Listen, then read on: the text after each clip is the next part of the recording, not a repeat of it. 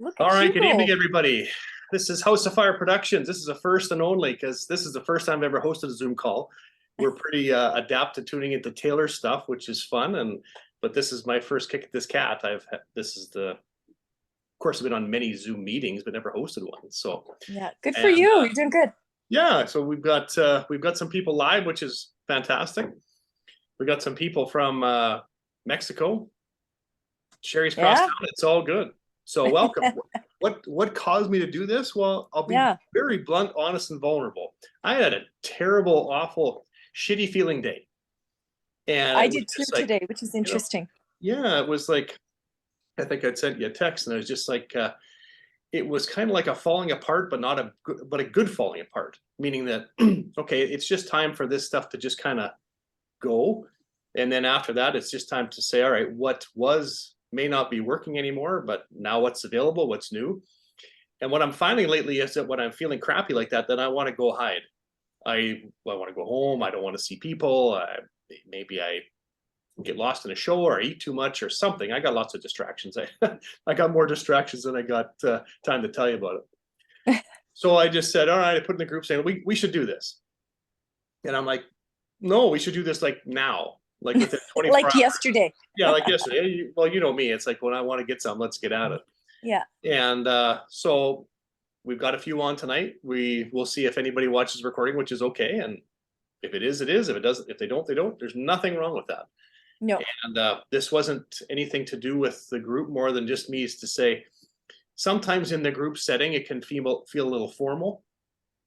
And this is going to be just a bit more, I'm going to say, tailor made to you, the individual, which includes myself. So what I get to share tonight and do for myself, well, hopefully I get to invite you ladies to come along for the ride. Love it. That's kind of what inspired it. And you know what? For how I feel now versus how I felt earlier today, I feel like a 8, and probably at 10 o'clock this morning, I was a 2. So sometimes I gotta, act my way into a bit of a feeling and get out of the sludge and get moving. Not like you had to move anymore, because it sounds like Sue did cows all day. So she's probably thinking, I don't need to run around anymore. I've been running all day.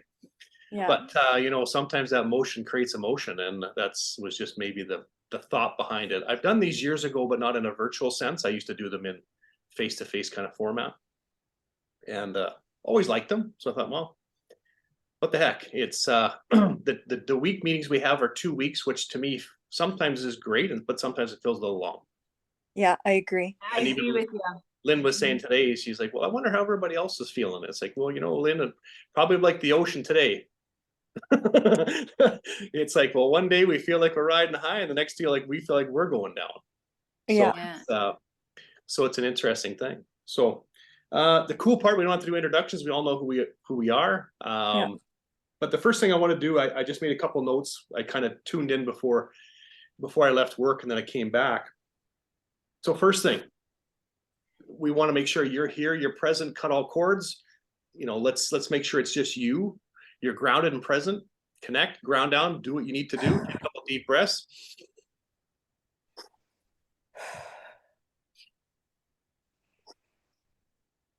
So whatever happened today, that doesn't matter right now. You're here, you're present, you're accounted for. You're here for you. You're not here for me, Lynn, Sherry. You're here just for you. And if there's anything that can be contributed to that in your presence here, well, wonderful. We'll applaud that on. But you're here for you, and applaud that, because you are well worth it. So in saying that, well, I even touched on my first topic already, saying the reason we're here is because we were feeling shitty. So I get to take that off the list. But and I press record. So I've got my notes out of the way, which is fantastic. Woo! Attaboy. So the big thing that I really wanted to ask us all tonight to get started with is to say, why? And the reason I want to start with why, and why is not my favorite word in the English language, because lots of times I struggle with the definition of it, but is to say there's something that you want. Now, if you could all picture in your mind right now, or you can talk out loud openly, there's 4 of us, so we can roll through this pretty quick. What do you really want? So if I said to you, if we're going to have a bit of time together tonight, what would you really want to see out of this session to assist you in choosing, being, or having what it is that you want? What is that thing? Is it a feeling? Is it experience? Is it something you require in your life? Is it something you want to attain? What is it that you really want to have? Because what we find is it's easy for Sue and I to have a conversation face to face here, and all of a sudden I said, well, Sue, heck, if you do this and this and this, life could be pretty good. And she's like, what? And I'm using you as an example, I'm not picking on you, but it's like, well, why can't I do that easily? And I find in some of these settings, I get to, we get to challenge the group, and maybe Lynn's got something to share. She's got her hand up. So just go ahead, Lynn. Mine is, I struggle with is, I see myself as a very loving, caring, compassionate person, but other people sometimes see me as more as intimidating. And I struggle with that because that was a strong word that was put out there, and I'm not sure why. So when you ask the question why, it's like, why is it, or what is it that I am? Okay. That's the thing. Absolutely. Like I don't get that when I think that I carry myself well. I think I'm good, but I think it's just that I was surprised. So it's kind of like, yeah, why? I don't know. You got a piece of paper in front of you, Lynn, I hope? Yeah. Perfect. Okay, write that, whatever you want to call it, it's intimidating or a state of being or whatever it is in your verbiage. Put that right across the top. Got one? Maybe? For her, for me. For you. I'm so glad you picked Sue next. Yeah.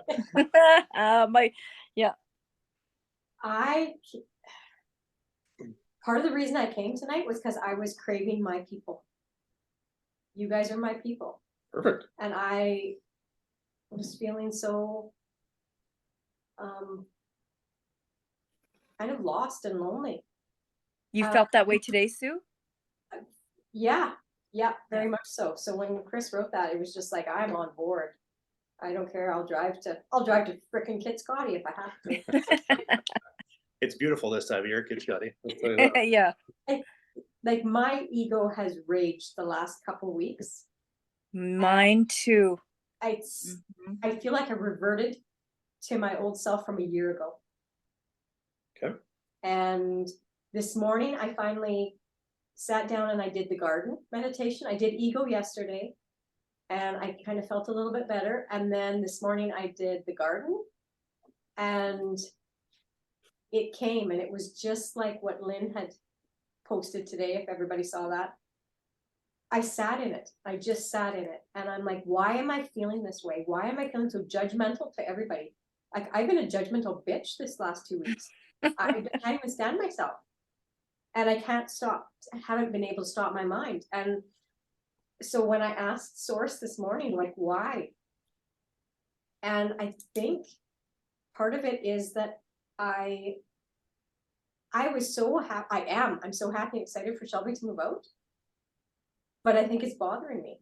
That's what came to me today, that I'm ready for it, but I'm fucking scared, and I'm letting that fear come back again. So I think I'm here looking for reassurance and love and guidance from my people. So reassurance? Yeah, I think so. Guidance? Perfect. Okay, cool. Italiano girl? Yeah, Sue, I second what you're saying. I've had a real struggle this last week, especially. Kate's world has fallen apart. And I have to get tough. I have to be tough, and I have to have stronger boundaries. And I think, and I've really been sitting with it, and I've been fucking journaling and meditating, and there's been a lot of circumstances that have been amazing, that have brought light to this situation that she's in and that her and I are in. I think ultimately I'm scared. I'm afraid to make a move for myself. Like I'm afraid of the unknown. And I think I'm afraid to be alone. Okay. Which I am. I am alone. So what the fuck, why I'm afraid of it? I'm already doing it. But I think not cutting ties with Kate, but having these strict boundaries where she's going to have to sink or swim.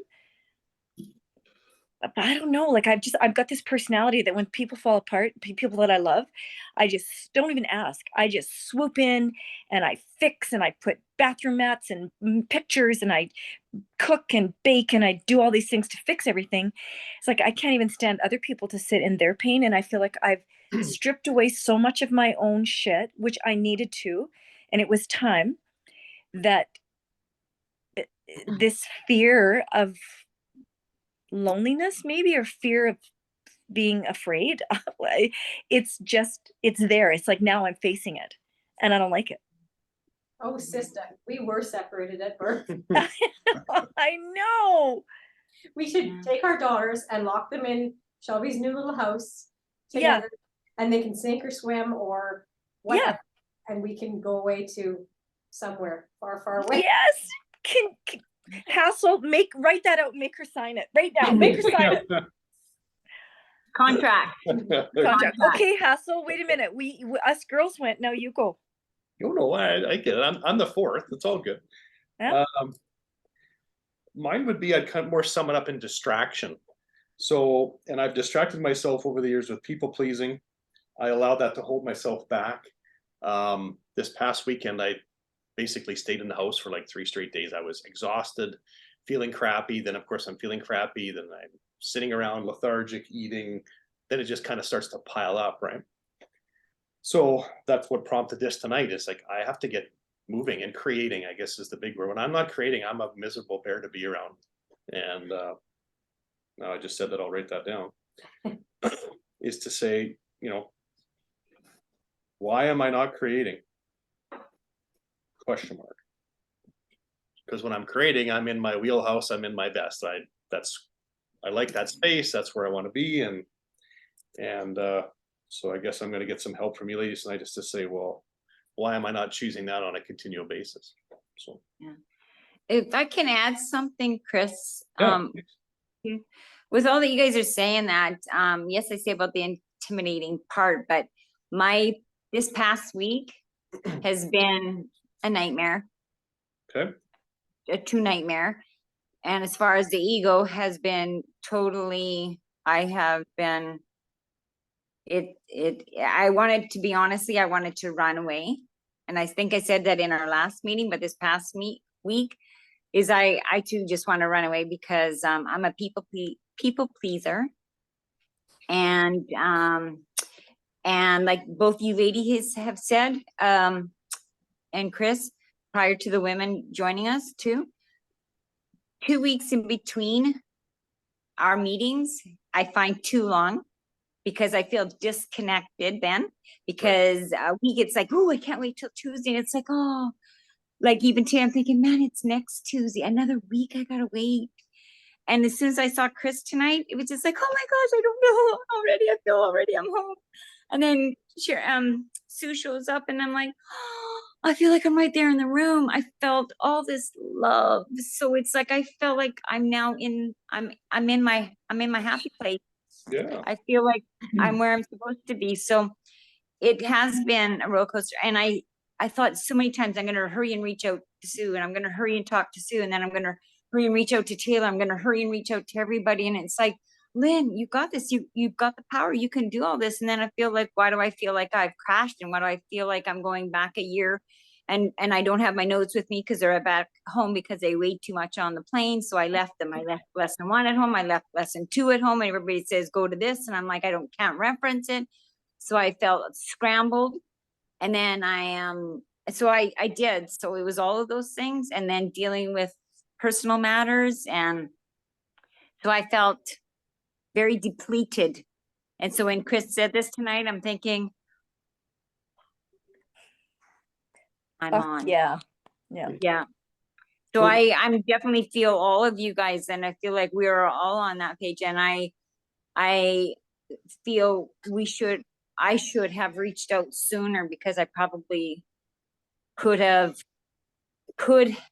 eliminated probably, or released a lot more than feeling alone, really alone. And I feel like I'm really far away. And I felt I was losing everything I had learned, Gotcha. and it was pretty awful. Well, But before we today dive- I did my meditation, which is wonderful. and all of a sudden things kicked in. So here we are. So that you stepped up, Chris, you felt it Well, we all did. within us. You That's stepped what I up, mean.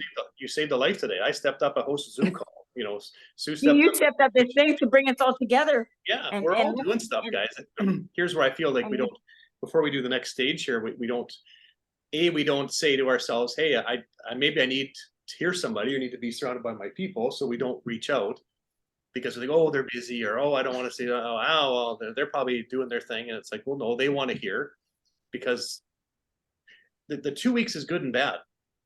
It's good because there's a lot to kind of churn through, but you're right, sometimes you'll feel a little disconnected. So on the flip side, if you're thinking it, we're all thinking it. If you're feeling it, we're all feeling it. But we haven't got our egos in place where we raise our hand and say, hey, you know, I'm not going to whine today, but I felt like shit today, but felt like shit in a good way. Anybody else? Mhm. And probably there'd be some other people raise their hand and go, yep, Yeah. right there with you. And You know, just to interject quick, Chris, I think one of the tricks is being okay with feeling shitty.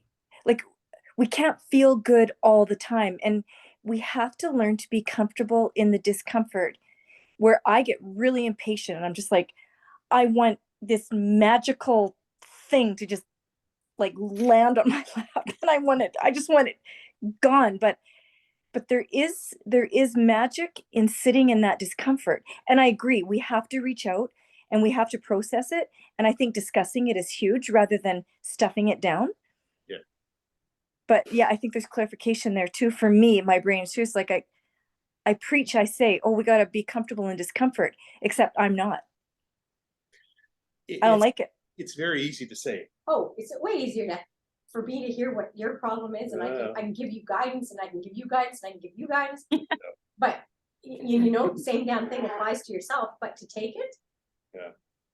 And that's what probably part of the reason I called this meeting tonight is because there's going to be, you know, Sue called it, you know, her people or our people, and you go, if this does nothing else but to cultivate that, to have those people around you that you can say, I can have open conversation. I know I can trust. I know I can say what needs to be said. I know I can be heard, and I know I can receive feedback. Well, that in itself, there's very few people in life that actually have that around them. So it's to cultivate that. I call it a mastermind group. I had to call it something. I could call it a support group for mediums, like, you know, it's like AA for the gifted, you know, whatever you want to call it, but just say, it's like, okay, well, then cool. If there's solace in that, then take that and run with it. But most people are A, alone, B, stuck in ego, C, have no support group around them, and they just sit there and flounder. And we see them, you know, as they flow through our lives, and you go, well, that's kind of why I call it, is to say, okay, where are you getting in your own way? You know, we've stated some things here, and we're gonna tackle those in a second, but without even getting there, we just sit in the distraction of it and just sometimes spin, sometimes spiral. I don't know what you want to call it. When you're not feeling too good about yourself, it's not a fun place to be in. And then we say, oh, it's be comfortable in the discomfort. Yeah. That's fucking easy to say. Smooth walking, Walter. Yes, that's yeah. it's talk, it's like, but oh yeah, I got it all together, and yeah. It feels like it's going to fall apart. So then, what I'm trying to say, but can't, is we all probably felt in a different way, in a different fashion, in a different pretense. But it's like, okay, well, let's get on the table. If you know, Lynn, for instance, we're going to say, Lynn, whether you're saying intimidating or whether you're, you know, you're being a people pleaser, and I want you to pick the one thing out of that, ladies. Now you've had a chance to kind of chew on it for a minute. Go back to it for a second. Sue, you talked about your ego, judgmental. Sherry talked about fear of being alone or a fixer. I talked about being distracted or people pleasing. Is there one that trumps them all tonight? This isn't a right or wrong thing. This is no, I think I honestly felt it was like, I feel the need to try to always fix. okay. So we'll say And that's but I realized the hardest thing is I can't. Okay. Fair enough. We're gonna put fix down for you, Yeah. just for the moment.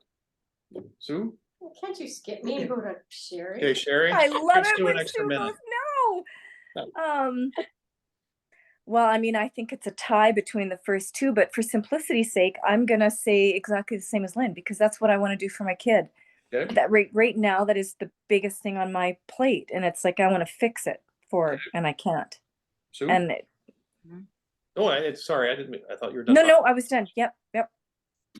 Yeah, well, that's what I wanted to say too, but I didn't.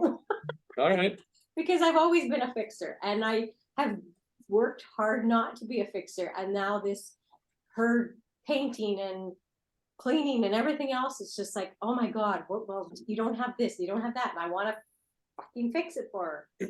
And that's, yeah. okay, well, let's make that the theme of the, oh, we had Simone just jump on. Hello, Simone, Yay, Simone. how are you? Gotta get Jackson to bed, so I'm on late. It's all good, it's all good. We're gonna give you a second here to collect your thoughts. So what we're talking about here is the four of us, now five with yourself, is there was a common theme with us coming on tonight, which a lot of us are talking about how we want to be fixers. Maybe that resonates with you, Simone. I'm not sure if it does or doesn't, but 100%, yeah. so I challenged the group just to say, come up with one thing you'd like support with the group tonight, and that has been a common theme for the four of us thus far. So is there one off the top of your head or that comes to you with that would be different than that? And we're not telling you have to follow along by any means. It's just a matter of, is there something that you want support with tonight that's saying that you're struggling with, or that you want, that you just can't seem to get a grasp on? My biggest thing, I think, is like balance between everything.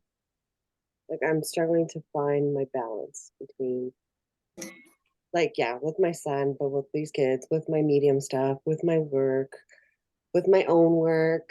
And so, yeah, I'm finding myself getting more tired because of it. Okay.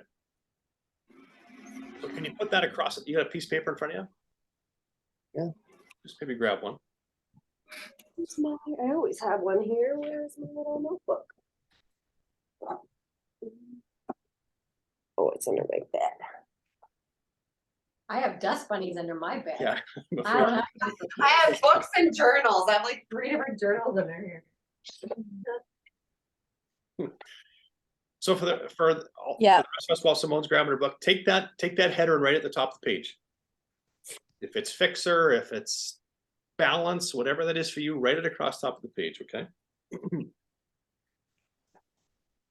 We're gonna kind of do a bit of a group unwind here. What's yours? Why fixer? Mine would be fixer too, actually. I mean, I could take mine and kind of subhead it on to that. It's easy for me to get distracted by every day I come to work to fix other people's problems. They need something.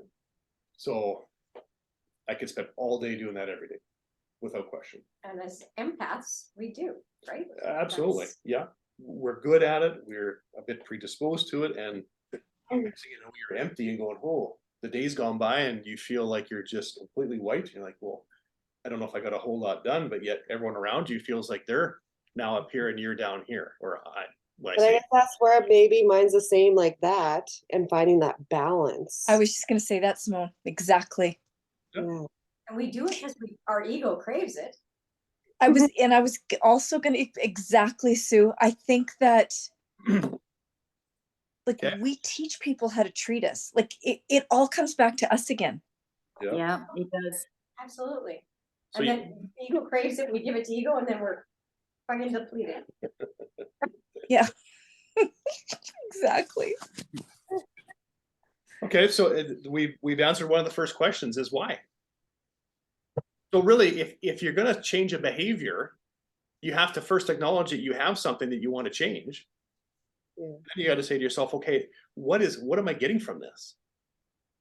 So just an example, I mean, we'll pick on Simone just for a second here, is to say, okay, balance. Then the first question is, then why is there not balance in your life, Simone? You could just write that down. You can share it if you want. I'm just picking you out of the group. We're going to answer this, all of us, but all of us is to say, all right, Why, or what's the value in not choosing in choosing this? I think the reason actually I've been really like contemplating this, I keep busy so that I don't have to feel pain that I have, that I need to feel. Okay. And so it's easy to focus on my son. It's easy to clean. It's easier to do all these things and put my own emotional shit on the back burner because it's hard to go there. It hurts to go there. So I think that's why I do it. Cool. Thanks for sharing. Anyone else? I I think, think, go ahead, Sue. because my ego craves it, it gives me a self-worth because it's in my belief systems. You're always there to help somebody as a mother, as a wife, as a daughter. I was taught to help others. But I'm doing it in the wrong way because I'm depleting myself, but it frickin' makes me feel good. It's a double-edged sword. People Yeah. come to me for help. Oh, yay, I can help you. Oh, I forgot to cut you off now. You're still draining on me. They walk away and they go, woo. And you walk away and you're like, oh. Yeah. Next. Yeah, exactly. Yeah. That's like, who's next? Lynn? Yeah, I think I feel why it happens is because I want to be able to provide or give to others the things that I needed that didn't get. Ooh. Yeah. So I'm out True. there feeling like they need that extra everything. So I'm going to give them all the extra, like I'm going to do it for them so that they don't ever have to experience the pain I went through. So I'm trying to prevent it. But by doing that is not wrong, is wrong. So it's kind of like how we talk about the camera and we talk about the lens, but it's so much as is the perspective. It's like they're not, it's like what the group has already said. If I keep doing all these things for everybody, they're not going to learn that lesson. If I'm always in there fixing it, sort of thing. So I always look at, I want to be that one to make it all better. It's like I said in the thing, it's like we try to put those bandages on and we try to prevent them from having those deep wounds that we had.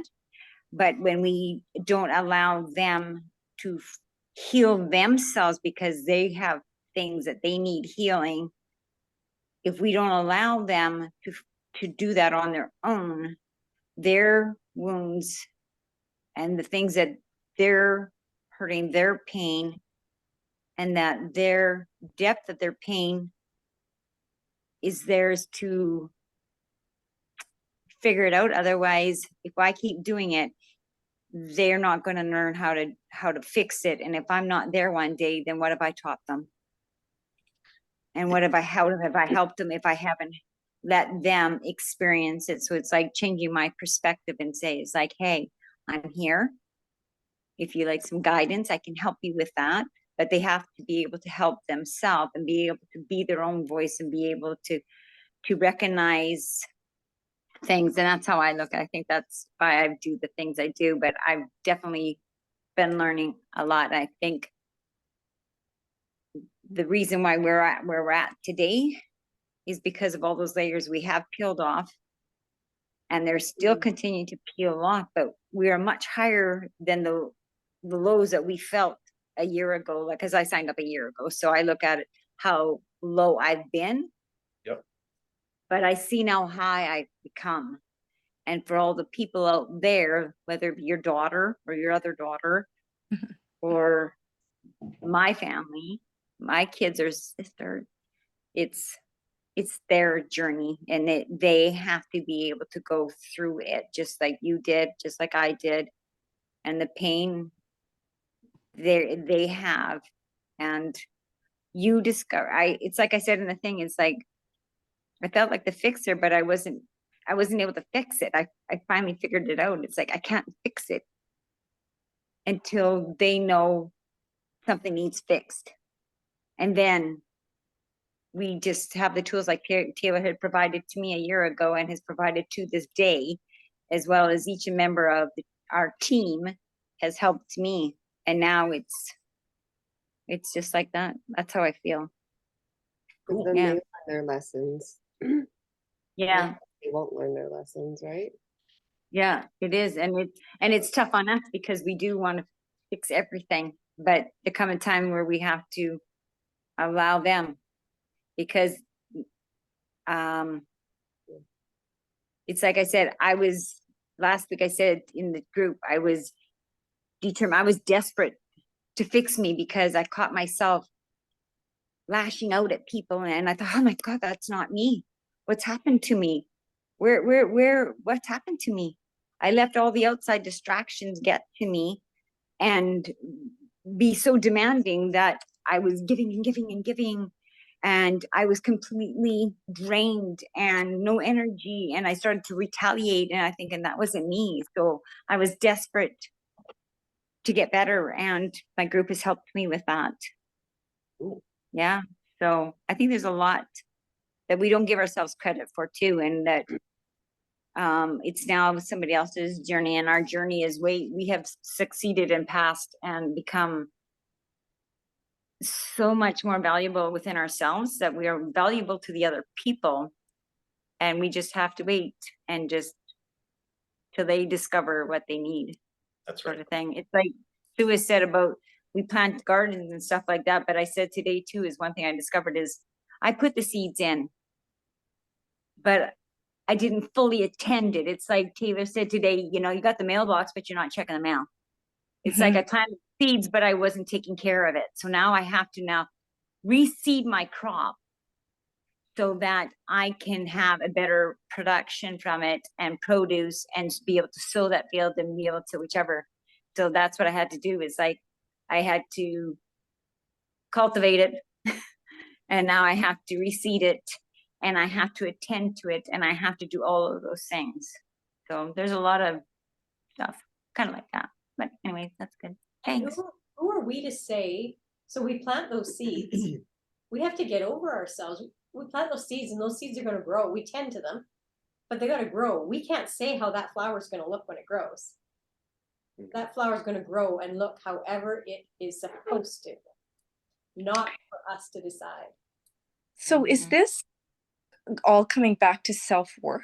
Like, I'm fixing people so that I can be valuable. I'm fixing people and providing this so that I'm not alone. I'm taking on all these jobs and doing all these things to, prove that I am good enough.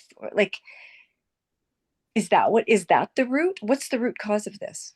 I mean, we're all empaths. We know that. Well, at the end of the day, is it we look outwardly what we don't want to do inwardly. Say that again. Do we look outwardly because we don't want to do what we need to do inwardly? Yeah, we talked about that, I think, once, hey? We'd rather go fix someone else's Right. problems and look ourselves in the mirror and say, well, where are my wounds, or where am I falling down? Where am I struggling? Where are my hurts? Where is the stuff that needs attention? But it's far easier for me to pick up the phone and call the neighbor and say, oh, you need me to come shovel your walk? I'll be right there. And Lynn just talked about saying, when we go and run to help others, it's, as Sue just said, well, who the hell says that we have the answers, number one. And number two, it's like, well, then they don't get to fall down and learn from it and move on. So we leave the situation exhausted because we've put our energy into it thinking, oh, we know best. So we walk away depleted. The person walks away not learning a lesson and goes and reduplicates it somewhere in their life. So I call that a lose-lose. It's like when Taylor says, if we don't fill our own holes and we just cover the surface, like if we're filling everybody else's holes, or we think we're filling everybody else's holes, we still got all our holes. Yeah. Yeah. And I think it's like what I've recognized about as I've kind of gotten rid of a bunch of my responsibilities for this slot of time, what I've realized about my behavior is I don't actually even wait to be asked. I just fucking jump in with all fours. And then it pisses people like my daughter off to no end, because it's not even that I'm taking away her opportunity. I don't even wait for the invite. But then we have to clarify too, it's if we have to look after ourselves first, yes, so that when people do ask us, we are available and able to help, because helping is part of this human experience, and it is a wonderful thing. And if it's in the right time, and if it's asked for and we're able to give, then it's a great thing. Correct? Yeah. I Well, think it's good, Sherry, but like you said, though, Sherry, it's if they ask Yeah. for that help. because then they're wanting to have it, right? They're willing.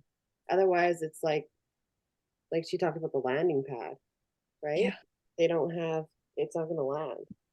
I was just So talking about that with my to my sister about my son. It's just like, you can say whatever you want, but if his landing pad isn't there and ready, it's not going to land. It doesn't matter what you say. Mhm. And He's got to be open to it. and we just started off the call saying, well, we all kind of felt like crap, but nobody wanted to reach out. Mhm. So when you look at it and say, well, the person should ask, well, we're programmed not to ask. True. Yeah, well put, Chris. When's the last time you put your hand up and said, hey, I really need help. Who can help me? Yeah, Well, you feel yeah, like exactly. And it's weird because that's the word I wrote in my book. It's help. Yeah, We it's don't like, ask for help. I We have a real expect them to struggle come with the word to help, that. because we can't even help ourselves. It'd be like me going to save that victim today. I'm not a good swimmer. Probably if I were you, Lynn, there'd be 2 at the bottom of the ocean, not 1.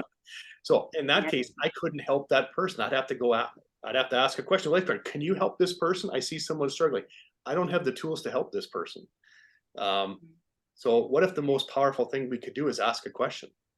but it feels so vulnerable, and it feels, even just thinking about it, it's just like, I love it. I mean, I love it, and I don't love it when people ask me for help. I actually do really love it. But for me to ask, it's just like, it goes into that place where I'm just like, it makes me want to puke. I'm not kidding you. It's hard. Like I said in my one talk with mental health, it's the hardest thing to do because it's deemed as a weakness to ask for help. Yeah. But it's the Yeah. strength. If you have the strength to ask for help, you are one of the strongest people out there if you ask for help. No Because question. you know what your limitations are or where you're struggling. Yeah. So But that's what I'm saying, is that's why we signed up. Isn't it why you signed up? Yeah. Or all of you signed up for this is because you wanted help. Yep.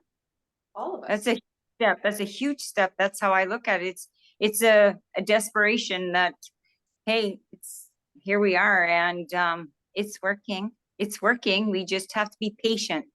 yeah. So we reached out because we probably knew instinctively we'd find like-minded individuals to share with, because we probably wouldn't reach out to the people around us and say, I don't know what's going on here, and I don't understand all these images or messages or shit that's coming into my head or stuff, and they look at you like you're nuts. And it's like, so it's easy for us to say, well, that person should ask for help.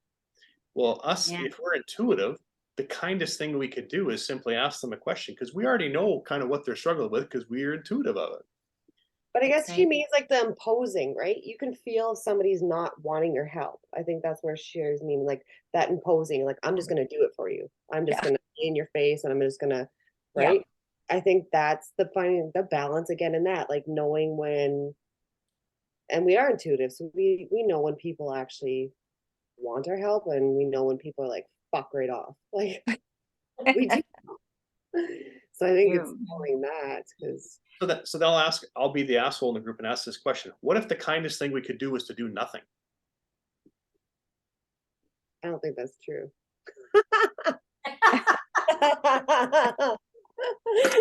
Okay, then that We're leads, always doing something. And where do you come from by saying that? because if the polar opposite of doing something is doing nothing, there has to be value in both. If I always want to run out and save that person, or fix this thing for them, or run off and give them guidance, what if I was just there to do nothing and hold space for them? Yes, I agree with you. That's Yes, still there doing is a something. time- Well, for their home space. What if the kindest thing I could do is just to ask them a question saying, I see you're struggling with that. Is there a learn in there somewhere for you? I see you're having difficulty with this. Anything you'd like to share?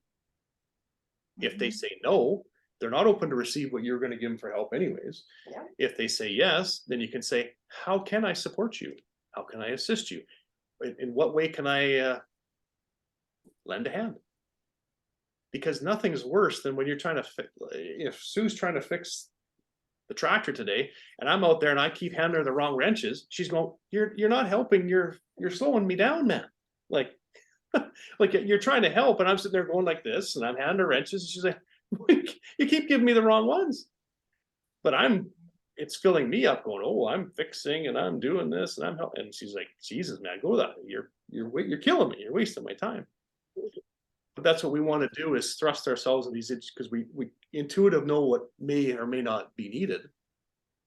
And we're so quick to do it and have it done, then that's why we're afraid to let our kids leave the nest or to get distracted with them, because we're used to fixing their stuff. I'm a dad too. Like, I got 3 kids at home. Well, 2 left at home, 2 are gone, but it's like we sense it, we just go fix it and take care of it. And I think ultimately, all of these things, Chris's word is distraction. And I mean, ultimately, it's all distracting us, the busyness, the helping, the whatever, from sitting with our own shit. And I think when we do get brave, and I don't even know, like, maybe people could hold space for us to do that, but that's kind of a one-man job, don't you think? Where you just, or is it? I mean, I don't know. Because I've never been this close to my own shit before. That's No, the cool part about hearing. It's I mean, like my job, my house, all that, and now I'm just like, oh, I'm feeling it. Like, I am feeling the discomfort, and I don't like it. Do I need help with that, or do I just sit with it till it dissipates? that's a good question. It's But- up to you, but that being said, us or whoever holding space for you, I believe, assist you with that. I agreed. Yeah. Otherwise it's just going to be a repeat cycle. There won't be a learn come out of it. It'll just And then be, you just get again, Bill, like Sue said, all the holes, it just keep coming and coming and coming, and you build it up and build it up and build it up, and then you're You're depleted. and then when you're But I depleted, think more people ask of you, and then you're pissed off or resentful saying, my plate's full right now, I can't deal with this because I'm overloaded. And then it is a real lose-lose. Then you push people away or isolate. Isolate, distract, all sorts of things come out of it. I think this is when, like, it's like, I guess Chris and the rest of you too, it's like when we feel depleted or we're in a business meeting and you got everybody and they're missing the point of the meeting. It's kind of like where you say, he's like, you know what, we're going to take a break, 5 minutes, go take a walk, go get some fresh air, stop and think about what's going on and be able to fill yourself back up again and start filling those holes. And I always say, it's like, is that putting on your music? Is that doing a little bit of yoga in those 5 minutes? Is that taking a brisk walk? Is that phoning up Sue and saying, hey, Sue, I just wanted to hear your voice, because, just hearing your voice, and we fill up those holes right away. And we do that quick breathing right from day one, where we're supposed to do the and breathe out, quick 4 breaths in and breathe out and that sort of stuff. And I think that's what I'm learning, is I need to say, you know what, this is a break. I need to take a break, call a 5-minute break and go breathe and let it all go, and then fill your plate back up, or fill those holes back up with love, and pat yourself on your back and say, you're doing a good job. You're doing the best you can at this moment. But to be able to say is like, we're humans. We are humans. And we just need to, our soul gets depleted very fast because our soul is trying to get through to us, and we have to learn to listen within ourselves. and we're think- ignoring our inner self. I do think that is extremely depleting. I think that's a really valuable comment. That when source or our soul or divine is speaking to us and we don't heed, and it's resistance, like it's like split energy. And I think that's probably the fastest means of depletion that we could tap into. Where when we're in alignment, we can be fucking busy and we can be going full out, but if we're in alignment, it's not depleting like it is when we have that split energy. I think that's really big. Yeah, that's a good way of putting it too. I like There's that. nothing more draining than when you're drained energetically versus, or psychologically. Exactly. Physical drain, like if you're active all day, that's one thing. But when you're energetically drained, that's when your mind turns to soup, and Yeah. and the next person asks you a question like, why are you asking me this? And you're short-tempered, or you're resentful, and all sorts of stuff comes into play that's probably not into character for any of us on the screen tonight, but it can come into play pretty darn quick. But yeah, Yeah. we're still Well, helping. that's good. We're helping. Validation with everyone, because that you guys just explained your physical exhaustion, you're energetically exhausted, but you're mentally exhausted and your soul is exhausted. So we've already all just covered a lot. That's a lot of groundwork. Yep. This is awesome. Absolutely. Mhm. Sherry, you were next. Lynn, we strayed off in lots of ways, but we get some good stuff. So what was the matter? Yeah. What's the value of choosing being a fixer? Yeah, Well, that's good. I think, did you ask me? Yeah, you bet. Mhm. You know what? I think if I was to be vulnerable and really honest, I think there's probably lots of parts to it, but one of them is, as long as people need me, I won't be alone. Like, as long as I give of Mhm. myself in all of these ways, I won't be alone. Mhm. Gotcha. Need to be needed. And me need to be needed, right? And I've got a kid who doesn't want to be, she wants to go out and make her own mistakes, and she wants to go out and have her own experiences. And I think that's part of my discomfort right now, is because we have to let this, we have to start a new program, and that was one of letting go. And I think, I don't know, I think that's what it is. Cool. And mine would be simply for self-worth. My whole life has been guised around fixing other things or filling the holes for others so that I could actually feel good about myself. Wow. So you're always on the treadmill, because unless I'm getting external recognition for what I'm doing for others, it's just, and then if the external is bad, oof, it's wicked. So, Oh, I would second that, Chris. I think I feel the same way. and of course, then I pick a profession that I'm solely dependent on, you know. Of course you did. Yeah, of course I picked the one that's it's all around people, and it's all around assisting them, and But you're gonna be changing that profession. You just haven't realized yeah, that there yet. you go. I agree, Sue. Yeah. So now we've recognized that. Here's the next question that came through for me to ask the group. When you're in that stuff that you just recognized, who are you being? Elaborate, please, for my poor old brain. So I just wrote down some notes here. So if it's well, even for myself, Chris, I think, who am I being? who is it? I'm mimicking my mother. Who am I being? I'm completely being exactly like my mother in what I'm saying that I'm doing to fix other people's stuff to give myself self-worth. And a lot of times this is learned behavior. You'll learn it from wherever you learn from. That's what I'm asking you. Who are you being? Who are you mimicking when you're picking this? Because you wouldn't choose it if it didn't have value. Because we're saying this is a problem that we're identifying, and then we're saying, okay, well, on top of it, are we, if it was learned behavior, if it wasn't, it's just a curiosity question. Who are we being?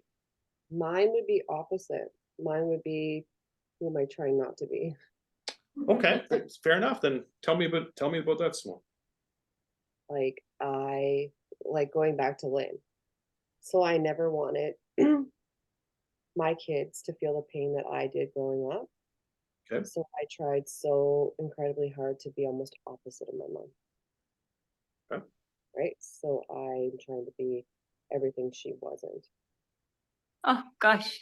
Okay. Well, that's it. That's thank you. That's Simone, realization. Simone, you must be my sister. Simone, because as I put it, I wanted to be everything my mother wasn't. I wanted to be the mother I had hoped to have seen in my mom.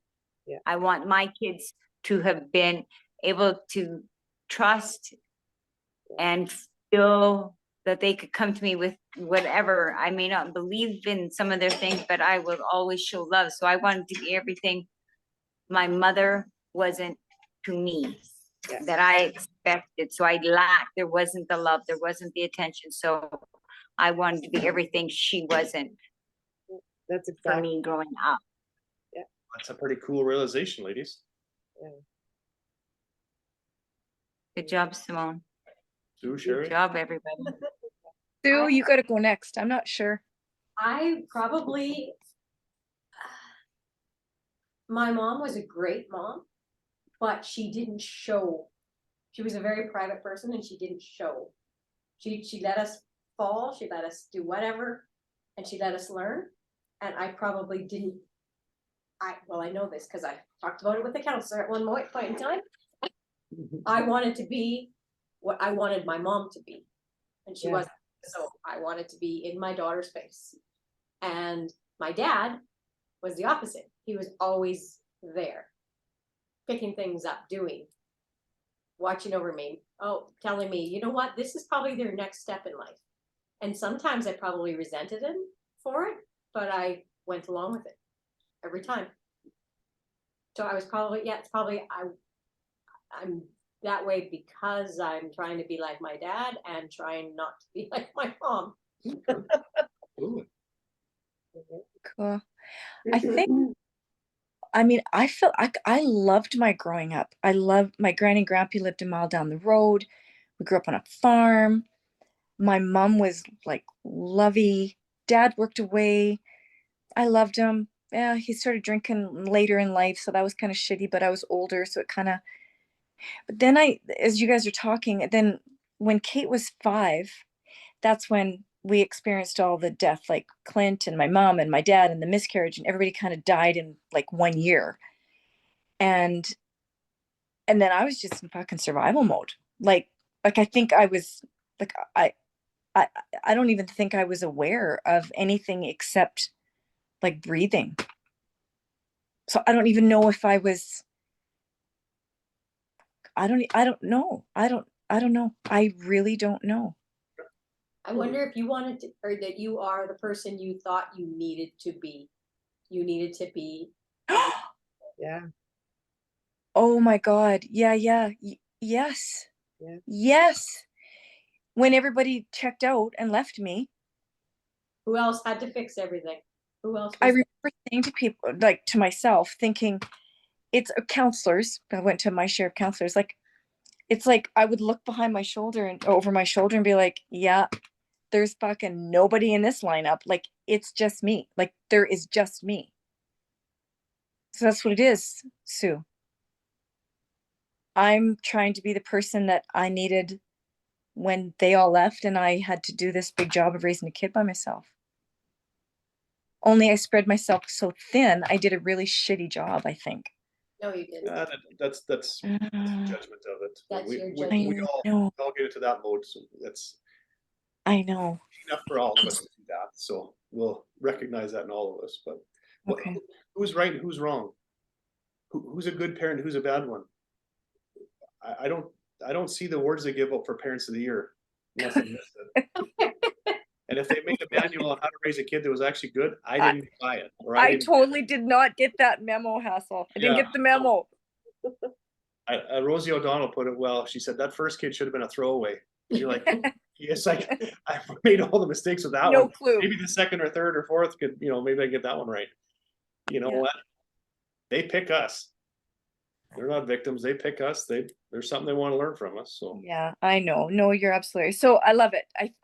So who am I being like, or who am I mimicking? I am being the people that I guess I felt like I needed. there we go. There you go. That's huge. Thank you guys. And similarly, that we mentioned in the one meeting that I guess I could say the same to that. I'm the mask. Whatever you need me to wear, you want me to be happy? I'll be happy. You need me to be funny? I'll be funny. You need me to give you a hug? I'll give you a hug. It's like, well, what do you need? But when I'm alone and I have to look myself in the mirror and say, what do I need? Then I don't know. Because I go, I don't know. I'm always fixing everybody else's shit. I don't know what to be. So and that's my mother. That's a lot of people on her side. My grandmother for sure. Just in my experience. But yeah. Are you getting glimpse of what you need Getting a glimpse of what I need for you? Are you yeah, in this process? Are you starting to get little glimpses? Today was the day where, like I said to you earlier, it felt like it was falling apart, but in a good way. Because it was like, I come to work and I'm sitting at my desk going, I should be busy. I got to be doing this. So before it would be fear, guilt, fixing would be the fuel to get things done. And don't get me wrong, it got a lot of shit done over the years. I mean, as probably it has for all of us. But at some point in time, when you come to work every day with a gun to your head, you start to wear out. So yeah, it's like, okay, what do I need to take care of for me to be able to show up at this job or whatever the next thing or things might be? Until if I can master that, then I could quit this profession, run off and do something else tomorrow and join the circus. But then all my stuff's going to follow me. My hope with this is to say, all right, what needs to be healed, and then heal that, and then say, okay, now what? With the healing opens up possibilities versus just sitting the same thing, running in the same circle like I have for 48 years. I don't want to say that, but that's what it's been. So it's like, see it. What do I want? I want presence. I want joy, love, connection. And then after that, the rest is just all distraction. Like you took the weekend, and when you first started and took the weekend and went hiding because you needed that. And I think you recognized that in yourself. Yeah. But then you let judgment and guilt and distractions go, okay, now I know I just wasted this weekend and I hid and I ate too much and did this, and you did didn't that. sit with why you needed that time. Correct. Yeah. That's been the struggle, is to sit with self. So whether it's fixing others or whether it's helping them get their stuff sold or whether it's putting a smile on their face or whatever it is, it keeps me distracted from what it is that I'm not saying I can't be by myself. what if this thing, okay, the weekend that you described, I've been there, Chris, multiple times, where you just like, I'm gonna check out, but then you end up kind of feeling worse, like, cause you don't get fresh air, like you just kind of hunker in, you do nothing. What if it comes back to Simone's balance? Like, what if there's a place in that weekend of just disconnecting and laying low, where you have balance with going out with somebody for a coffee for an hour, not 5 hours. And then you go back and you know what I mean? Like, because I think maybe we're all a little bit all or nothing too. Where if we give everything instead of. For sure. I hear Maybe. exactly what you're saying. And I'll speak to it to what Taylor and I talked about in my private call. I'll be right forthwith. It was that. When I had my private call with Taylor, the first thing I did was I asked her how she was and what she was working on and what was going on in her life. And I was like, it was just instinctive. It's the first thing when I go see a client, I have to make it about them. What's happening with you? What's your house doing? Where are you moving? And so she challenged me, and it was a good challenge, is to say, well, why can't I see every single interaction or every single person I talk to be a mutual exchange? They can receive from me and I can receive from them. Because what I was doing is, as soon as I had a relation, or as soon as I have a meeting with anybody, it's just here. Well, let me just give it all to you. And is that what we're doing right now? Do you feel like you're giving and taking? Yeah, I would say so. Yeah. but it's the ones that you ladies I can speak openly with. With most people, it's like, okay, what can I give to them? Because the exchange is, well, if I give this to them and get them where they need to be, of course I'll be remunerated for my services. Mhm. Well, they But don't all sell. it's good to take classes like these because it's at least almost exercising those muscles, right? You're learning a new way. So slowly over time, you're learning to be able to give this balance and exchange, and it'll start to happen more in your life too, For sure. right? But you're at least it's starting to be a practice, even if it's a small portion of your life, you're doing it here. Well, for sure. Even today, I had a call and the person said it didn't go the way I wanted. And I just said to myself, you know what? This is what I can do. This is all I can do. If this isn't working for you, then you may have to seek advice elsewhere. Where before it was like, oh, if I give or I'm here to serve or what can I be? Well, there's no respect in that for myself. And if let's say you were somebody came up to you in a restaurant, just say, what can I do for you, ma'am? Well, I'm here to serve you. What can you? And you look, I was like, well, whoa, easy. Like you're just here to take my drink order. Like, Yeah. But if I just sat there like this, going, well, what can I do? Or what, do you need me now? It's like, or if I walked up and, can I take your order? I have respect for myself. I have respect for you. There's mutual exchange. People walk away saying, I like that person. Yeah. Instead of saying, well, what can I do to earn your admiration or your business or your love or respect? I say, I have enough for me that I don't need to do that anymore. And no one respects someone That who has doesn't themselves. respect themselves. Exactly. Yeah. That was And I when think it was just like, I think we also have to, or I do, I shouldn't speak for the group. I have to be okay with people not liking me. Like, It's hard. you know what? So my in-laws think that I'm a whatever, or so my neighbor thinks. That's what they think of me is none of my business. Another line that I preach very freely, but even as you guys are talking, it's kind of landing for me. It's like, oh, because sometimes serving ourselves, if we've taught other people how we treat them or how to treat us, we start to change our ways, right? Other people that are used to us giving everything all the time might not like it, and we have to be okay with that. well, yeah, talk is cheap. You can't be in control. You can't be in control of other people's opinions. That's Yeah. on them. Yeah. And the first thing they're going to say is, does your actions actually match up to what you're saying? And most people don't. Right. It's Yeah. like me going to the overweight doctor and him telling me to lose weight. I'm like, huh? Like, come again? And like, or her or whoever. It's like, or someone who wears awful makeup and they're a makeup artist. Yeah. Yeah. what if the best thing I can do for me is be the best damn version of me I can be? That's it. I want to come back to, though, you were talking about like how you don't like to be alone with yourself. So maybe under that is like what I said about myself, that you're running away from feelings pains that you hold within yourself that you don't want to go to. Ding, ding, And ding. that could be why you don't like to sit with yourself, is because there's shit there that hurts that you don't want to feel. For sure. Yeah. And my ego has kept me away from it for. Yeah. And that's what I've done, right? It's so easy to just keep that distraction because it fucking hurts. It sucks and you feel vulnerable and yeah. But it's almost like you have to. Like, even myself, I'm finding out I have to. I have been having to go in those places because you need to go through it to get to the other side of it, right? I think I've shared that with you, Simone, and maybe Sue. Like, I know when we went through all those deaths that year, and the doctor, they wanted to give me like antidepressants and sleeping pill, all the things. And he said to me, our bodies are wired to feel grief or to feel emotions, even the bad ones. He said, like, sure, I promise you, you won't die from the emotions, but you have to feel it. Because if you don't feel it now, he said, I'll medicate you, but it'll come and bite you in the ass 10 years, 20 years down the road. So feel it now, because humans are wired to feel it, but yet we're scared to, because it hurts. We've been packing shit for years, especially maybe as a man too. Like, I think more so. Like in that generation to be like, you gotta top this, you gotta hold it, you can't express this. For sure. It's worse. We're straitjacketed with lots of stuff.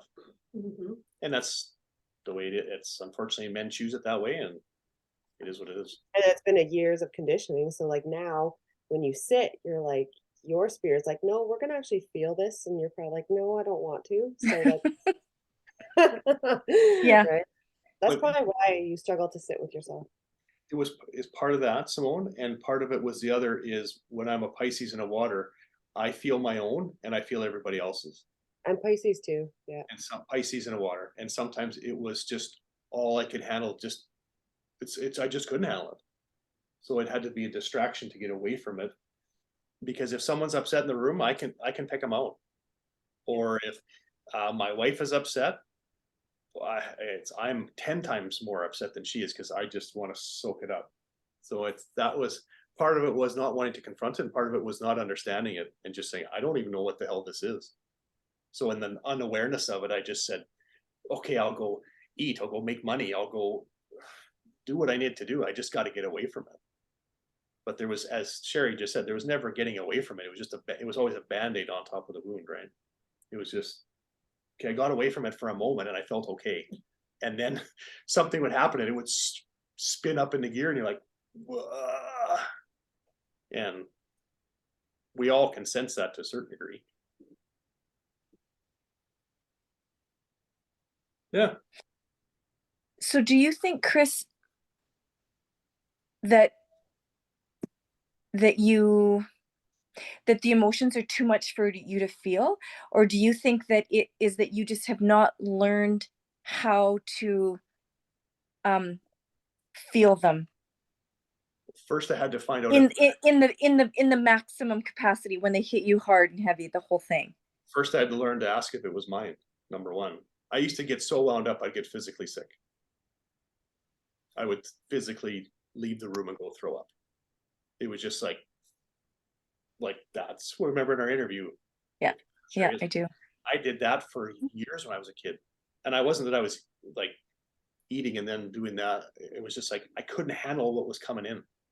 I didn't understand it. So you're 6 years old, you leave the supper table or you get out of the room because you want, I don't know what the hell's wrong with me. I think I got to physically get sick. And my mother looked at me like, are you okay? And you go, yeah. Meanwhile, you just But you weren't. Your guts out and you're like, I don't know what's wrong with me. There's nothing physically wrong with me. So it was like, whew. So that side of it was A, you sit in silence, B, you don't know what it is, and C, there's nothing wrong with you, except energetically. So you go, well, I don't remember in school we had the energetic class. Unless someone had it that Yeah. I didn't sign up for that one and say, hey, I don't know what all this is. But so A, yeah, is it even mine? Oh, it's not mine. Okay, well, that's a start. Then at least I can have a boundary and say, I'm not sucking up your stuff. Like I have enough struggle with my own, let alone being the vacuum for the rest of the world. So like the one I did at clearing, and there was 2 million people that I cleared that night to the light. Like I suck stuff towards me and I can't explain it. So until I be able to say, I hold on here, I don't want to keep pulling this stuff towards me. That was the first thing. And then I can say, all right, now, and then the boundary, and then how can I deal with my own stuff? Otherwise there's just what 8 billion people on the planet. That's a lot of stuff for me to fix. Yeah. or the 10 of us. Or feel. Yeah, exactly. That's a pretty big load for the 10 of us to handle. I'm not gonna lie to you. So Yeah. it's and why I can't explain it. So then I got to lean into it and go, hey, if this is coming up, whose is this? What's going on? What am I aware of that I don't want to confront? Or what am I and hone that muscle so then I can actually use it as a superpower rather than not saying it's going to be the undoing of me. There was a point in time I spoke to you about that. It's like we bought a house and the house had some issues with it and I had a nervous breakdown. I sat in the basement for 3 straight days with the lights off and my hand shook. I could not handle it. So it just tipped me over. And it was like, wow. So then I was scared after that, because you go, well, I don't want to feel that way again. So you're constantly walking around with your guard up going, I don't know when this is going to come at me and hit me like this again. And it completely just ran over me. I mean, and that's something I'll share publicly when I, at some point, but I say that to you ladies because this stuff can be overwhelming. And then it's like a panic attack. You walk around and all of a sudden it's like your hands start to shake and you're like, ooh, I know what this is all about. And then your mind runs the treadmill saying, if this equals this, this is where you're going. And then you hit the button before it's even happened. So it's, yeah. That's what I think. Well, that's like it almost traumatizes you in a way and shuts you down. Like if your gifts open up too much for what your awareness and your ability and your humanness can handle, it is actually really scary. I think that's why these classes and stuff like that are so important, to learn how to like properly navigate your gifts and your abilities. It's like having too much power at once because you can't. It can be like even when I was younger, my third eye fucking opened right up. Like I mean, like it scared the shit out of me. Like I mean, the fucking shit out of me. It was So so just scary. like shock. It did. Like I was like, oh my God, like, and I put the biggest block. So like actually in these classes, I've been working on my third eye to like take those blocks out because it scared me so much. Now as I grow and whatever, and say my ability came to that, I'd be able to know how to control it. So it's not as scary. It doesn't overtake you, but that felt like it was overtaking me because I didn't have the fucking container to hold it. Right. And I think that's where it's so like these classes are empowering because we're being able to decide how much we're going to open to take, and we're building our structure to be able to take that. So I Oh, don't think experience like that will happen to you again, Chris, because you're learning tools, how to like create those boundaries, how to, right, hold the energy and stuff like that. It's when we don't have any freaking understanding and all of a sudden, yeah, we go wide open. It's just like, it is. And I think that is something for people to learn going, like, for, yeah, when people don't understand that, that is a big awareness that one day you might speak to, Chris, because it's scary when it happens and you know what the hell's happening to you. Yeah, it's scary, yes, but as we talked about, I think in the last Zoom meeting with the group, is I had to begin to even contemplate or understand that the energy has to be a flow through. Yeah, I was pulling all this stuff towards me. I was just taking it on. because you didn't have the tools, you didn't understand Yeah. what it was, you didn't know how to navigate it, you didn't know, and that's what I mean. So for lots of people, that does happen in all different ways because, right? Yeah. So yeah, it's like, okay, I can sense that. Cool. I've got an awareness from it. Now that passes. That's all it is in my limited acknowledgement or my limited awareness, it's awareness, it's energy, it's information. That's it. Now, if I can read it or sense it, cool. But I didn't know any different, so I just took it on. It's like getting hit by a lightning if you don't have a grounding. That's it. And yeah, it's Yeah. if I don't Fill let it it out, flow right? through, No kidding. Yeah, yeah. I'm just fortunate. I mean, I used to drink too much. I used to do all sorts of things to try to outlet or shut it off instead of just saying, this is just a flow through. Okay, I can sense someone's upset. Gosh, but that's theirs. Or I tell you what, try going to a funeral or a hospital. It was the, it's almost like I'd rather stare at the sun with binoculars. Like I want to, you want to go there to help people or see them at the hospital, but you have 200 beds of sick people. It's like I just want to climb the walls, and I think we all can sense that and deal. But it's like it's just information. But now I know that. I've passed out in them. I've threw up in them. You know, I, funerals used to be worse. I'd have to sit near the back because it's like if I got to get out of here, I got to get out of here. So but again, it's just information. People are grieving, right? But if I can learn to lean into that, so it's just info, energy, whatever the case might be. But obviously, if you have almost a gift in it. So I would just lean into spirit and see like what you're supposed to do and how, right? Like we all, like, I think with spirit, with our team, I think is the biggest thing to help us to navigate everything and to, you know, what I might need to do and what you might need to do and what Sue might need to do can be completely different depending on where we're at and what our gifts are, right? So it is like that is your greatest strength is your biggest weakness, right? So you see that that's what it is. So there's obviously a big gifting you have in that. So I would definitely start honing that and really asking your team, yourself, because there's obviously like a big reason why you would have an ability to sense that much at once. Then I'm hoping for tonight for all of us, it's that by looking at this stuff, we see what the distraction is in our lives, whether it be the fixer or, you know, avoiding the pain of it, and then to say, okay, if I'm really going to lean into this, it's going to be uncomfortable. Say, okay, spirit, team, source energy, show me, tell me, give me an idea. And I'm here now. I've got the layers peeled back where before it was like a callus. Well, it's like, you're not going to get to me because I got such a wall built up because I don't want to feel that way anymore. Okay, if that comes down through meditation, talking, journaling, having our courses, then it can say, okay, now, if you tell me, I'm prepared to be able to act or to be or to choose. Because before, otherwise, I'd be scared shitless. And likely we all are. You know, if we listed off what we did tonight, these are all just distractions that keep us from asking what we're capable of or what we're here for. Yeah. Call me crazy, but Absolutely. everything on this side of the page I've written down as notes it's all distraction. Because if we didn't stay stuck in that, then we'd be say, hey, I'm just a channel. Talk to me, Goose. Talk to me. Tell me what's going on here, right? And spirit, team, source energy, whichever gateway you want to call that we're going to go into next is just going to say, here it is now. Thoughts?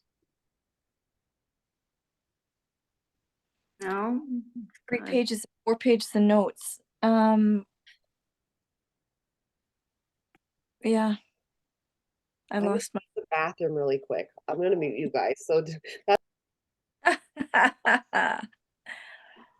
Sue, what do you got? What's coming to you? Well, what Chris said made so much sense. It is, it's just distractions. And I'm letting that stop me from my gifts. Like I've opened up some little pathways but I've still got blocks up. And it's making me go, what's my possibilities? Yeah, me too. Lynn, you're pretty quiet.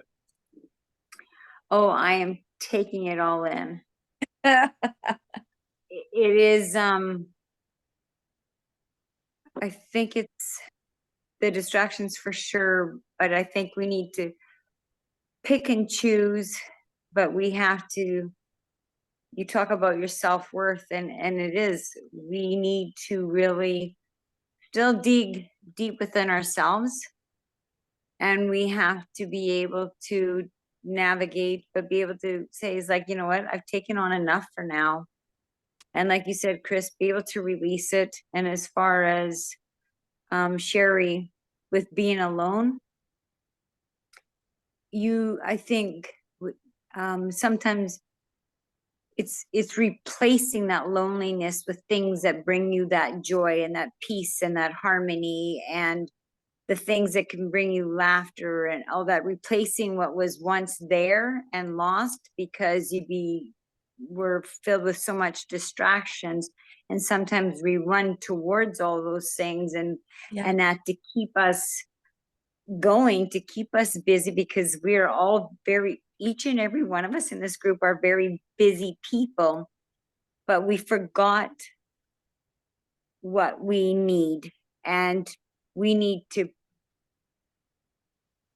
fill that back up within ourselves and put back and give back to ourselves so that we can actually truly shine more and be able to be of value, because our vibrations have to meet what we want to receive. And that's true what we've learned. And I find that, and not take in the other person's. I've learned this past week that I allowed a lot of those unwanted vibrations to almost consume me and take completely over, and I allowed it.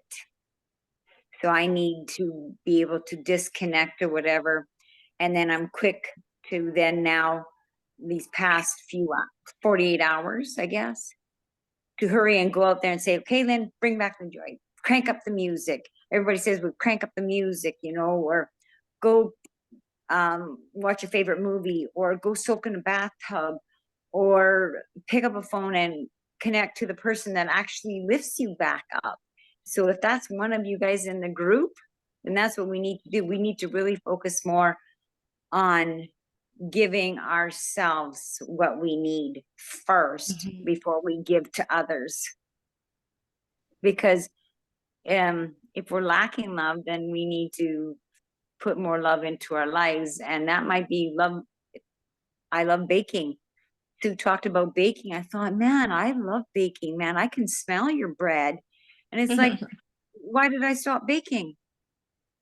Sherry talks about yoga, and it's like, man, I used to teach aerobics, and I thought, and I loved it. I was good at it. And it's like, I've forgotten all the things that I loved. I love horseback riding, you know, and stuff like that. But I got so busy with grandkids and other people and committing myself to work that it's like, I forgot who I was. And why did I forget that? And what happened to me? My distractions, Chris. So we do allow that to we are allowing it. So we need to really, you talk about self-worth, Sherry, too, and that, and it's like, it's true. We need to really, really focus more on us. And that's sometimes hard to do, but it is finding that time and making the time, because we're what matters. We're what matters first. So tuning into ourselves and finding that peace and joy.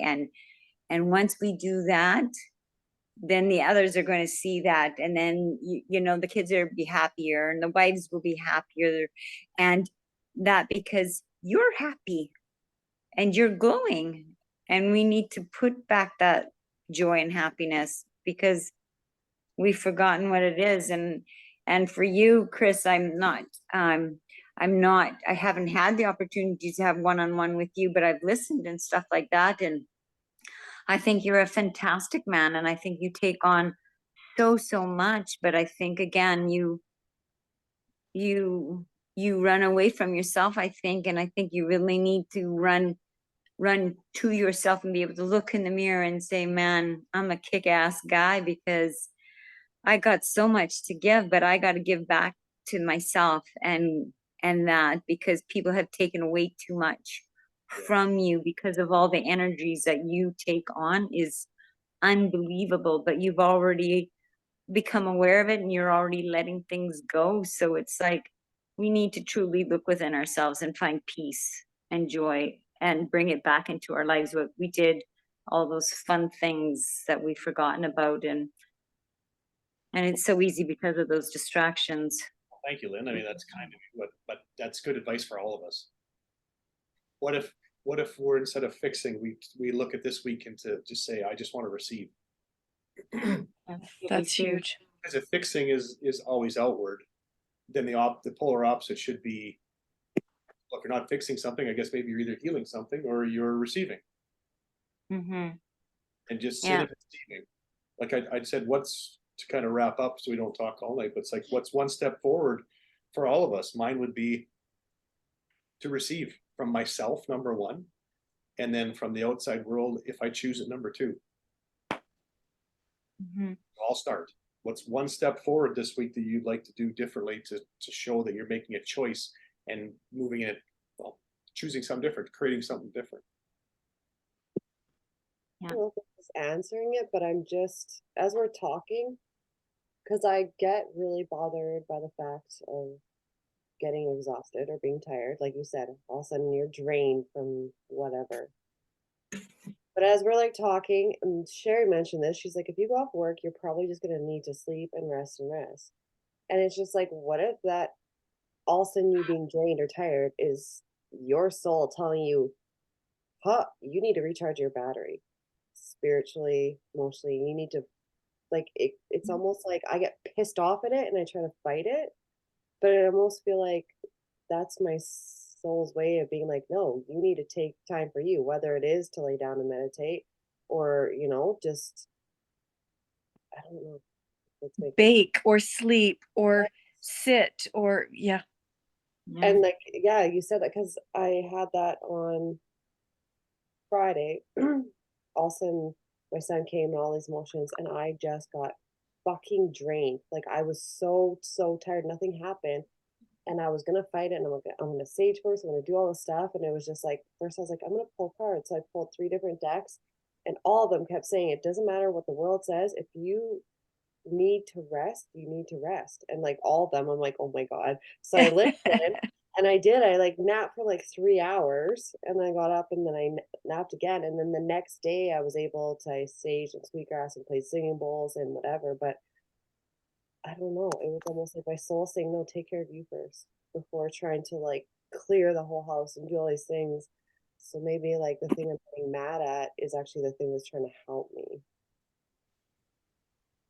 Does that make sense? Like, Beautiful. I love it. This week, Simone, take care of you first. Am I hearing your words right? yeah. If I need rest, rest without guilt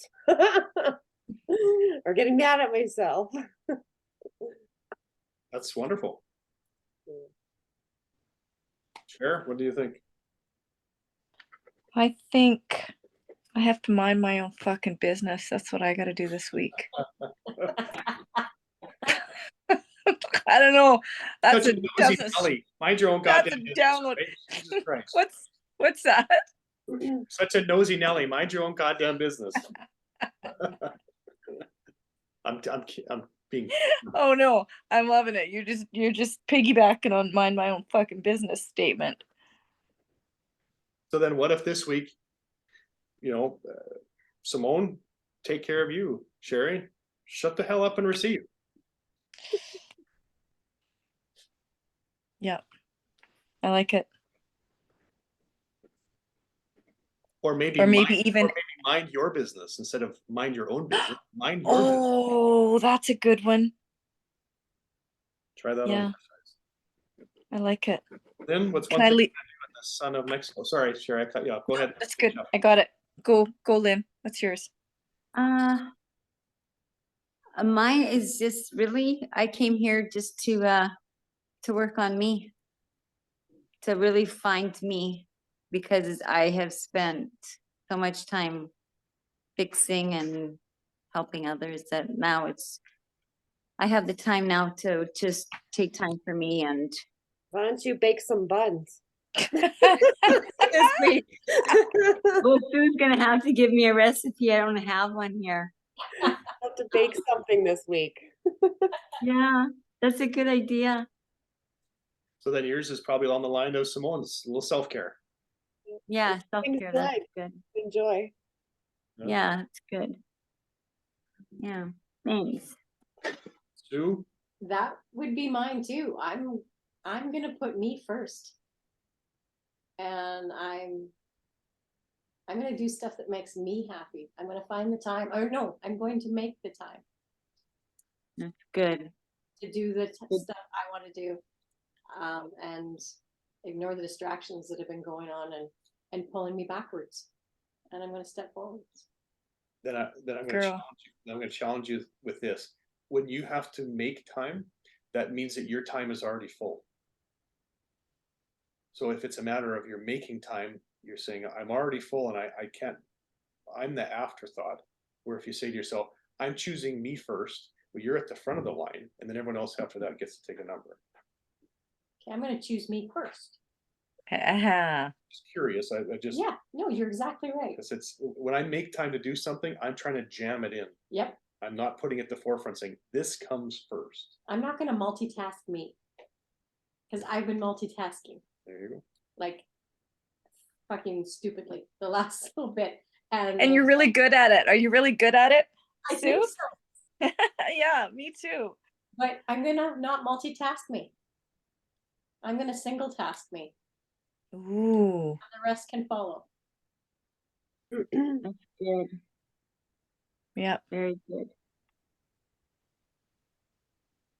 And I started with tonight because I just, this to me, this type of work, this energizes me. So I could do this all day, all night.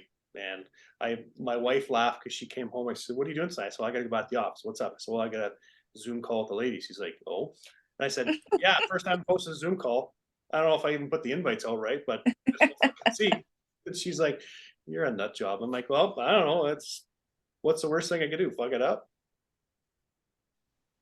You lit it up, I don't think they'll be mad at me. So it's like, okay, well, it is what it is. but Yeah. you lit us all up, Chris. Yeah. Chris. Sure. And my last notes were tonight, the Yeah. people that were willing to be vulnerable enough, I'm going to compliment us all and say, you've shown up tonight. And this isn't from a place of judgment. I'm saying this is a place of gratitude, saying the people that are here tonight are here because they chose it. It wasn't like just how we challenged you, Sue, is to say, don't fit this in. If this was important for you, you had other things to do tonight. I'm sure all of you weren't looking for more things to do. But Crazy Hassle puts out this thing saying, "Hey, I need you at 7:30." Like, fuck, I got a lot to do. And what's he doing? He's not even giving me 24 hours notice. And, for all the sticklers out there, like, I'm not getting enough notice. I'm like, okay, if you want to show up, show up. You don't, I guess I'll talk to myself. And there's 5 But of that's us. being vulnerable too, though, Chris. And I That's think what we all need to lean into that place of vulnerability. Yeah. And being willing, you know what, I might fuck up, whatever. Let's see. Maybe I will, and maybe I won't. Maybe it'll be great, maybe it won't. This was great. I needed it because I've been spiraling out a bit as well. So thank you so much.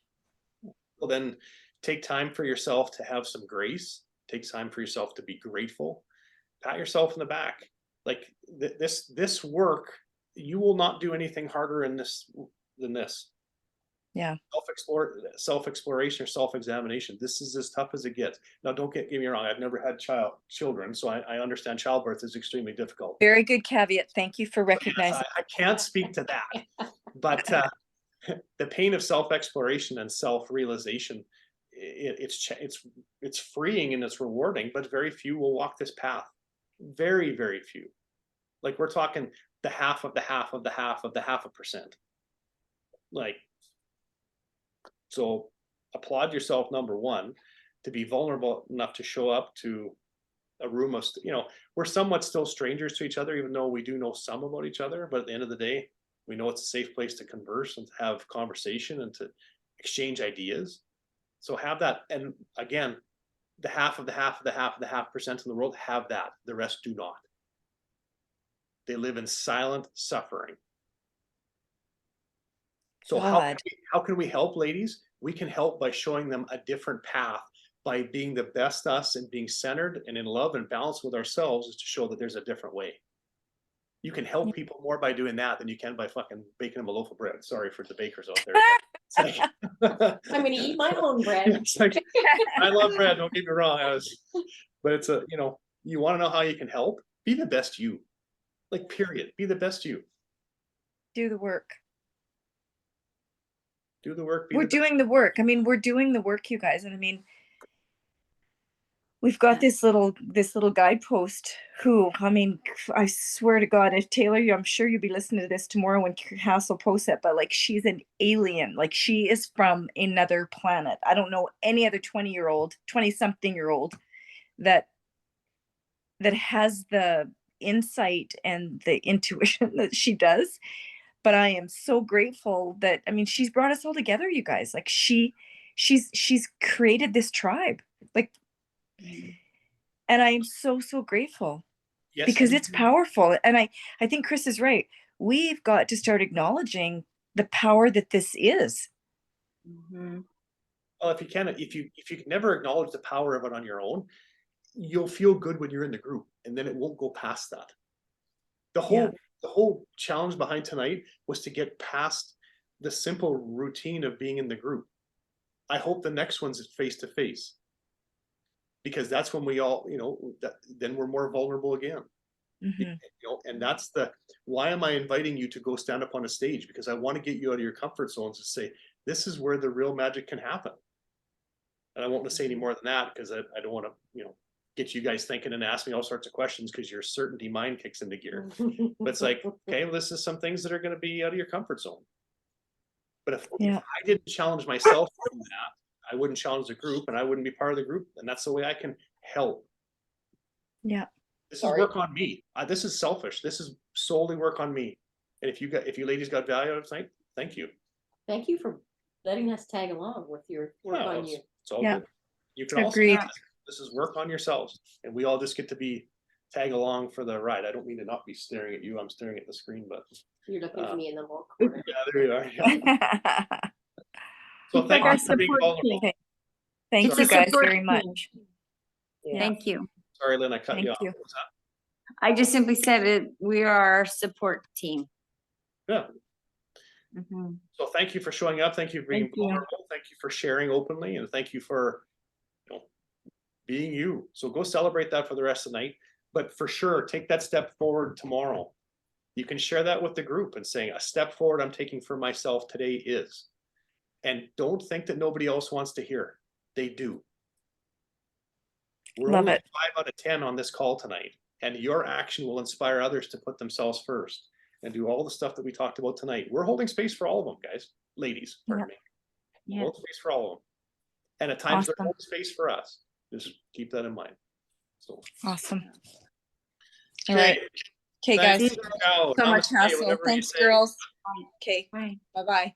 Bye, guys. Bye. Bye-bye.